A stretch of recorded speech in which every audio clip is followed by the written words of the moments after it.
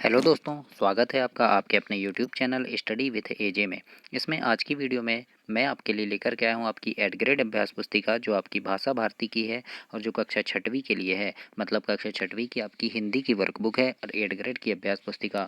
इसमें जो प्रश्न दिए हैं उनको किस प्रकार से हल करना है, कैसे कैसे इनके प्रश्नों को हल करना है, वो हम देखेंगे। और आज की इस वीडियो में मैं आपके लिए लेकर के आया हूँ पार्ट 6 विजयगान। तो इसके बारे में हम जानेंगे, इसके प्रश्नों के उत्तरों को हम यहाँ पर लिखेंगे। इसमें यहाँ पर कुछ महत्वपूर्ण बिंदुएं दी हैं, इनको आपको बहुत ध्यान से पढ़ना है दोस्तों कि किस प्रकार से ये दिए हैं। बहुत ही काम की चीज़ें हैं ये आपके, तो इनको आपको पढ़ना है। और आगे हम देखेंगे आपके लिए बहुविकल्पीय प्रश्न है, जिसमें प्रश्न नंबर 1 है। इसमें धरती का तत्सम शब्द क्या है? तो इसका ए नंबर आपका सही उत्तर होगा धारणी। तो यहाँ पर आप धारणी लिख देंगे। इस प्रकार से आपको लिखना है। इसके बाद आगे देखते हैं, प्रश्न नंबर दूसरा है, मनुष्य जीवन में सफलता के लिए बाधक हैं। क्या बाधक है? तो अहंकार जो है वो सफलता के लिए बाधा होती है मनुष्य के जीवन में। तो यहाँ पर अहंकार आपका सही आंसर हो जाएगा। इसके बाद अति लघु उत्तरी प्रश्न में प्रश्न नंबर तीसरा है दोस्तों। यहाँ लिखा है, बाधा का दुर्दम सागर। पंक्ति में रेखांकित शब्द के 3 समान तुकांत शब्द लिखिए। तो यहाँ सागर के 3 तुकांत शब्द लिखना है। तुकांत मतलब लय वाले शब्द। तो सागर का हो जाएगा गागर, नागर, लागर, है ना। इस प्रकार से आपको तुकांत शब्द लिखना है। और दोस्तों चैनल को आप जरूर से सब्सक्राइब करना। अभी आपकी जो वार्षिक परीक्षा होने वाली है, मार्च में अप्रैल में जो वार्षिक परीक्षा होती है, उसके पहले मैं ऐसे प्रश्न डालता हूँ, यानी इम्पोर्टेंट वीडियो डालता हूँ। आपके जो हर सब्जेक्ट है, अंग्रेजी, हिंदी, गणित, सभी सब्जेक्ट के महत्वपूर्ण वीडियो अभ्यास प्रश्न की सीरीज डालता हूँ, जो कि आपके परीक्षा के लिए काफ़ी ज़्यादा महत्वपूर्ण होते हैं। परीक्षा में आपको पूछे जाते हैं वे प्रश्न। तो उन सारे प्रश्नों को देखने के लिए आप चैनल को सब्सक्राइब जरूर कीजिएगा, ताकि वो प्रश्न आपको समय पर मिल सकें। आइए देखते हैं, प्रश्न नंबर चौथा है। इसमें लिखा है, बरस रही बाधाएं पथ में पंक्ति में समान वर्ण आवृत्ति वाले शब्दों को छांटना है। तो बरस, बाधाएं, ये समान हो गया। पथ, पंक्ति, ये समान हो गया, है ना। समान वर्ण कैसे आए हैं देखो, बरस और बाधाएं ये समान हो गई, तो यहाँ पे हम बरस बाधाएं ऐसे लिख दिए। फिर ये पथ लिखा है और फिर उसके बाद ये पंक्ति लिखा है। तो पथ और पंक्ति ये समान वर्ण है, यानी प और प। तो इस प्रकार से हमको यहाँ लिखना है दोस्तों।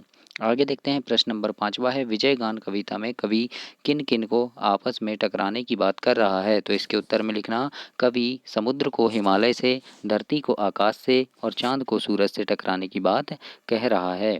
इस प्रकार से आपको अपनी वर्कबुक में लिखने हैं। इसके बाद प्रश्न नंबर 6 है। इसमें लिखा है, तलवार की धार पर चलना मुहावरे का अर्थ लिखकर वाक्यों में प्रयोग करना है। तो इसका अर्थ लिख देना, मुश्किल काम करना। और वाक्य प्रयोग हो जाएगा कि आजकल राजनीति तो तलवार की धार पर चलने के समान है। इस प्रकार से आपको इसका उत्तर लिखना है प्रश्न नंबर 7 का दोस्तों।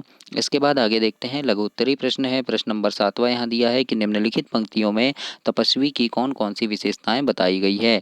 तो इसके उत्तर में लिखिएगा, पंक्ति है यहाँ पर कि छू ना पाए मोह न तुमको, तब बनो तपस्वी लौह हृदय, काल स्वयं डर जाए देख कर, ध्रुव से भी ध्रुतार निश्चय। तो यहाँ पर क्या विशेषता बताई है? तो यहाँ पर बताया है कि तपस्वी पुरुष इस संसार की मोह माया से दूर रहता है, और वो कैसा रहता है? लौह हृदय वाला होता है। तो इस प्रकार से आप यहाँ पर लिख देंगे। इसके बाद आगे देखते हैं, प्रश्न नंबर 8वां है, कौन सा कार्य तलवारों की धार पर चलने जितना कठिन बताया गया है? तो इसके उत्तर में लिखना, मानव जीवन में आगे आने वाली बाधाओं को तलवारों की धार पर चलने जितना कठिन बताया गया है। इस प्रकार से इसके उत्तर में आप लिखेंगे प्रश्न नंबर 8 में। इसके आगे देखते हैं, प्रश्न नंबर 9वां है दोस्तों। इसमें लिखा है, ऋषि अगस्त्य द्वारा किए गए किस कार्य को कविता में बताया गया है? तो इसके उत्तर में लिखिएगा, ऋषि अगस्त्य ने अंजलि में भर भर कर समुद्र को पीकर सुखा दिया। इस प्रकार से बताया गया है। तो ऐसे आपको वर्कबुक में लिखना है। अब देखते हैं यहाँ प्रश्न नंबर 10 है। इसमें लिखा है, कविता विजयगान में आई उन पंक्ति को लिखिए जहाँ अनुप्रास अलंकार है। तो इसके उत्तर में लिखिएगा, सूर्य चंद्र अवनी अंबर जल जाएगा पास पुराना, ध्रुव से भी ध्रुवतार निश्चय। इस प्रकार से आप इसके उत्तर में लिखेंगे। इसके बाद आगे देखते हैं, दीर्घ उत्तरी प्रश्न है। प्रश्न नंबर 11, निम्नलिखित पंक्तियों का भावार्थ अपने शब्दों में लिखना है। यहाँ लिखा है, टकराने दो सिंधु हिमाचल, सूर्य चंद्र अवनी अंबर, संभल संभर कर चलो वीरवर तलवारों की धारों पर, पापों से संताप धरा का। यानी इस प्रकार से ये जो पंक्ति दी है इसका भावार्थ लिखना है। तो भावार्थ में लिखना दोस्तों आप, कवि कहता है कि हे वीरों तुम संभल कर चलो, चाहे समुद्र और हिमालय, सूर्य और चंद्रमा तथा धरती और आकाश आपस में क्यों न टकरा जाएं, तुम्हें सावधानी से तलवारों की धार पर भी अपने मार्ग में आगे बढ़ते जाना है। इस धरती पर कई पाप किए गए, आकाश भी घुमड़ कर अंगारे उगलने लगा, जिससे गुलामी की जाल जलकर समाप्त हो जाए। तुम सावधानी पूर्वक तलवारों की धार पर चलते चलो। इस प्रकार से यहाँ पर बताया गया है इस पंक्ति में। तो ऐसे आपको भावार्थ में लिखना है दोस्तों। तो ऐसे आप अपनी वर्कबुक में लिखेंगे। आगे देखते हैं। इसके बाद यहाँ प्रश्न नंबर 12 है। इसमें लिखा है दोस्तों, विजयगान कविता का सार अपने शब्दों में लिखिए। तो इसका उत्तर लिखना, कवि का आशय है कि श्रेष्ठ वीरों को विजय के मार्ग पर बाधाओं की चुनौतियों को स्वीकार करते हुए आगे बढ़ते जाना चाहिए। मनुष्य जीवन एक महासंग्राम है, साहस पूर्वक आसानी से आगे बढ़ते जाना चाहिए। इस प्रकार से आप इसका उत्तर लिखेंगे दोस्तों। तो ऐसे आपको वर्कबुक में लिखना है प्रश्न नंबर 12। तो आपका ये पाठ 6 समाप्त हुआ। अगली वीडियो में हम पाठ 7 देखेंगे। तब तक के लिए नमस्कार। चैनल को सब्सक्राइब कीजिए, खूब मन लगा के पढ़िए। मेरी शुभकामनाएं हैं आपके साथ कि आप काफ़ी अच्छे नंबरों से पास हों। धन्यवाद दोस्तों।